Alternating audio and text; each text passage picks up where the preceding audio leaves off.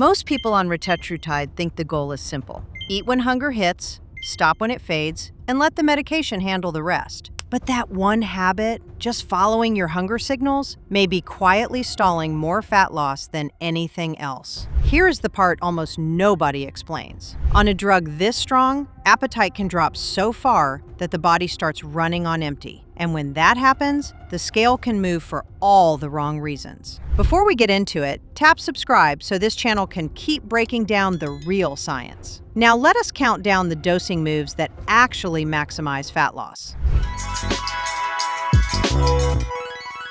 First, a quick note on why this drug is different. Retatrutide is an experimental medication from Eli Lilly, and as of 2026, it is not FDA approved. It is still moving through the phase 3 TRIUMPH trials. So everything covered here reflects published research and what some clinicians report, not an official protocol. Any real dosing decision belongs with a licensed prescriber. What makes Retatrutide stand out is that it works on 3 receptors at once. Most GLP-1 medications hit 1 or 2. Retatrutide adds a 3rd, the glucagon receptor. And that single difference changes how it should be dosed. Number 6, following hunger signals to the letter. On most of these medications, hunger fades fast, and that feels like a win, but it hides a problem. When appetite drops too far, many people start eating far too little without even noticing. Rapid weight loss with too little protein tends to pull weight from muscle, not just fat. Research on fast weight loss consistently shows that lean muscle is at risk when protein runs low and activity stops. That is why dietitians push protein at every meal and some form of resistance training during a cut. The goal here is controlled hunger, not zero hunger. If food noise is gone, but so is the appetite to eat enough protein, the dose may be doing too much. Number 5, starting too high on day 1. In the phase 2 obesity trial published in the New England Journal of Medicine in 2023, several groups began around 2 milligrams and climbed from there. Many telehealth clinics copied that and started new patients at 2 milligrams right away. The trouble is that 3rd receptor. Glucagon activation asks the liver to release stored energy, and it raises demand on the body almost immediately. Some clinicians now report starting far lower, at 0.5 milligram or 1 milligram, which sits at or below the lowest dose formally studied. The idea is to let the body adjust before the load builds. Keep in mind, these low starting doses are clinic practice, not approved guidance.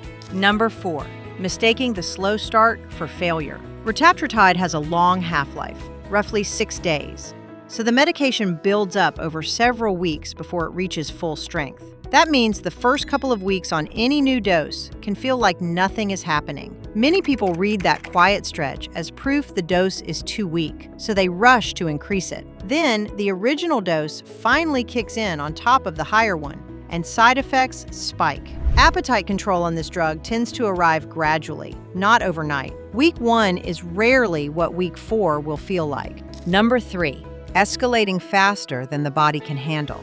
Because of that slow buildup, many clinicians hold each dose for at least 4 weeks before deciding whether to move up. The hold is not wasted time. It is the window that lets the medication show what it is really doing.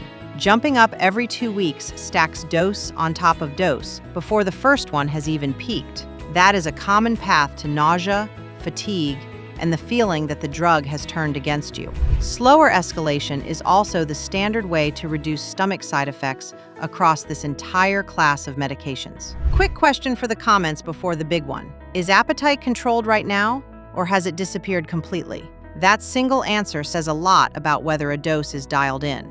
So let us know in the comments. Number 2, chasing the highest number on the chart.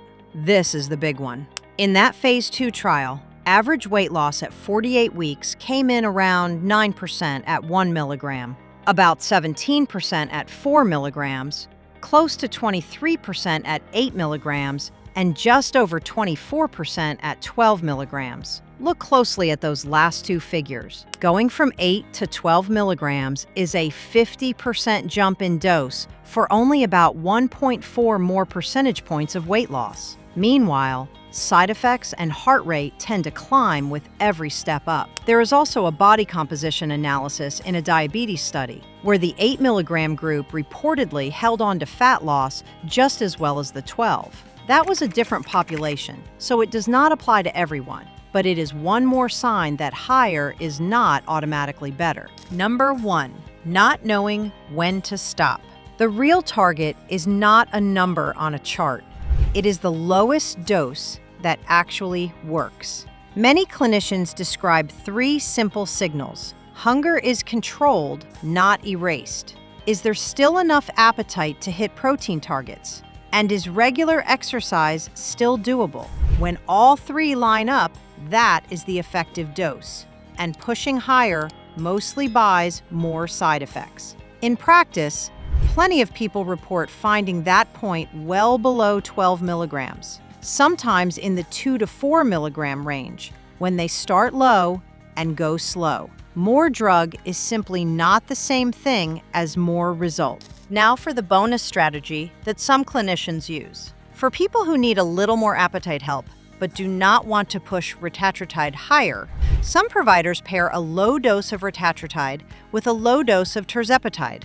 The thinking is to keep retatrutide's fat-mobilizing effect while leaning on tirzepatide for stronger appetite control. This is an off-label approach, not an approved combination, so it only belongs in a conversation with a prescriber who knows the full picture. One more thing worth flagging before the recap. Because that glucagon receptor raises resting heart rate, with the largest increases reported at the top doses, anyone with heart concerns should get screened and talk to a doctor before starting. Some users also reported skin sensitivity at the highest dose in the trial. None of this means the drug is dangerous. It means the dose has to match the person. So here is the part that surprises most people. A 50% bigger dose, going from 8 to 12 milligrams, added barely 1.4 percentage points of weight loss, while raising side effects and heart rate. The strongest results tend to come from starting low, holding each step for about 4 weeks, and stopping once hunger is controlled, protein is covered, and training is still intact. What surprised you the most? The low starting dose or the 8 versus 12 milligram data? Drop it in the comments below, and subscribe for more science-backed breakdowns of GLP-1 medications every single week.